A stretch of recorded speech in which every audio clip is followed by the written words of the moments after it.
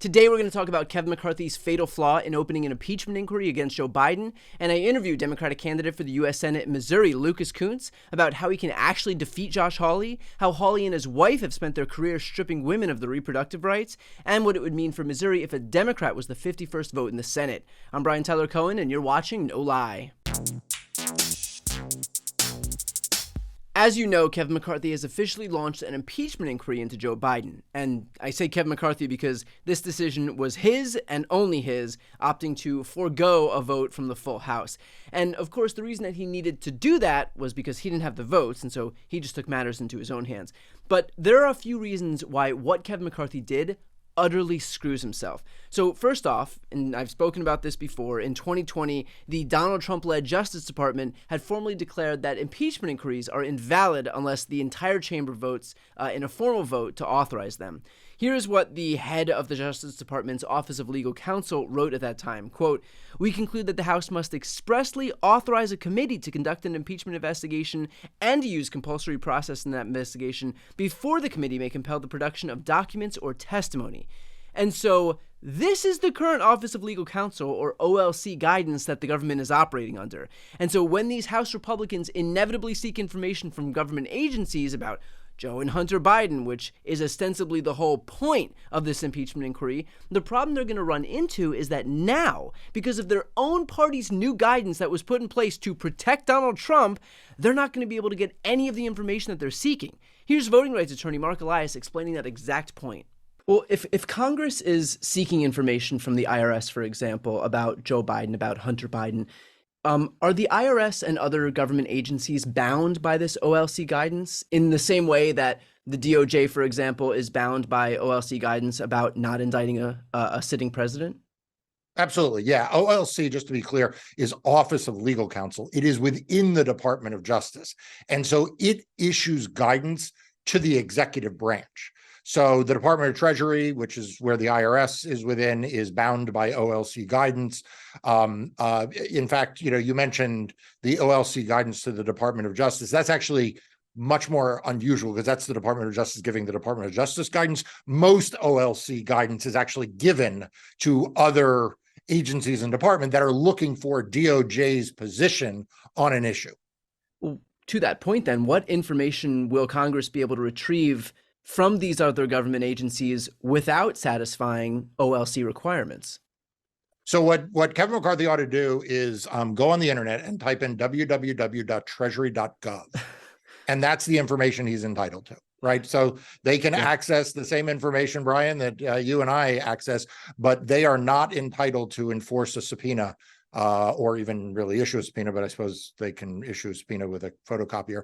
But they're not entitled to subpoena information under current circumstances. So what does that mean? It means that Kevin McCarthy's impeachment inquiry isn't going to net him any more evidence than he had before the impeachment inquiry. And to be clear, before the impeachment inquiry, he had zero. Literally.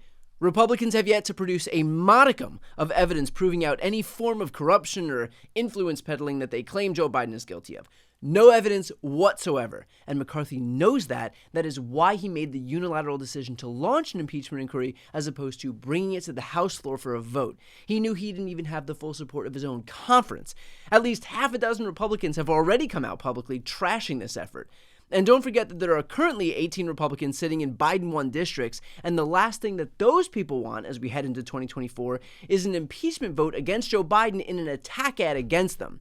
And with regard to those Biden district Republicans, consider this. This is from former Obama communications director Dan Pfeiffer's newsletter called The Message Box, and I'll put the link in the post description of this video.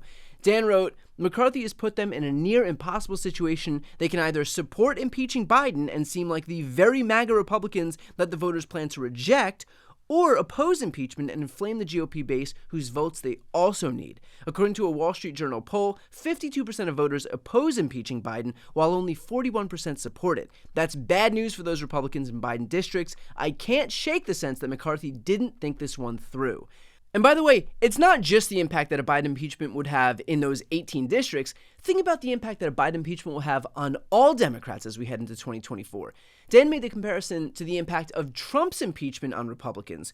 Quote, unfortunately, impeachment was good for Trump. During the impeachment process, Trump's poll numbers went up. In the NBC Wall Street Journal poll, his approval rating among Republicans shot to 90% after being in the 80s for much of the last year. Among independents, Trump's approval rating increased to 47% in January 2020 and 51% in February 2020 after previously being in the 30s.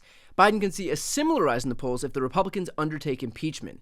And Dan went on to cite a New York Times poll showing that 91% of Trump's 2020 voters are supporting him now, while only 87% of Biden's voters plan to vote for him in 2024, and wrote, an unpopular MAGA Republican House majority pursuing a partisan, unfounded impeachment is a textbook example of something that would cause Dems to come home to Biden. So, in other words, we've got an impeachment inquiry that was immediately hamstrung by guidance that was put in place by Republicans, meaning the inquiry won't actually be able to uncover anything of substance, but impeachment will have the unintended consequence of putting those 18 Republicans sitting in Biden-won districts at super high risk, and have the other unintended consequence of rallying wayward Democrats back home to Biden, which is his biggest weakness as we head into 2024. And they say that Kevin McCarthy isn't a brilliant tactician. But still, Kevin McCarthy will barrel ahead because this isn't about strategy or long-term plans or the Constitution. It is about keeping his job. This is all intended to placate the farthest fringes of the Republican base who don't care at all about those Republicans in Biden-won districts and instead just want something to brag about on Fox or Newsmax. He doesn't want them to call for a motion to vacate and put his speakership at risk, and so he does whatever they ask, regardless of the consequences, because this isn't about anyone other than himself. And in this case, the consequences are already looking pretty grim for Republicans. Here's a preview of my interview with Lucas Kuntz. I know that healthcare is one of the issues that you've been most outspoken about in your campaign. Can you talk about why that is? Yeah, so, it actually goes back to my 8th birthday. Who got into healthcare policy when they were a kid? I didn't, but well, I should give a little background on I grew up in this working class neighborhood in Jeff City, Missouri. Everybody's paycheck to paycheck. My parents got married at 19 and 22. They had a bunch of kids, and we were all living our best life though. Great neighborhood. Everybody's parents taking care of all of us kids running around, and so my 8th birthday comes around, and I was gonna get like the coolest birthday present ever, and so I was gonna get a little sister, and me and my other siblings. My parents were Catholic, and so we were born like bang, bang, bang, right? And if anyone has siblings close to you, you love them, but there's like a lot of competition there. And we were gonna get this little girl who's gonna be 8 years younger than me. I was so excited. She was gonna come on my birthday. She was actually born 2 days before my birthday, and then so the night before, I finally got to meet her. Went to the hospital. I got to hold her. My mom was like, "Oh, I think she's gonna come home on your birthday. It's gonna be so great." And I was thrilled, right? Like, it really was the biggest birthday present I was ever going to get. When you don't have enough money, you get like, I get like a No Fear t-shirt or something for my birthday, right? And to have this happen was going to be so great. And then, that night, a helicopter came in actually, and they found that my sister had a heart condition, and they flew her away I grew up in mid-Missouri. They flew her 2 hours away to St. Louis, and my parents followed. And so, instead of having my little sister come home on my birthday, I actually woke up and I didn't have a little sister, and I didn't. My parents weren't there, and it was just kind of me. My grandma came down to try to take care of me, and for an 8-year-old, that's hard, man. And I remember I spent that birthday praying that my little sister didn't die on my birthday, because would you ever get a birthday again if that happens? And it seems kind of selfish now to say that, right? But as a kid, that's important to you.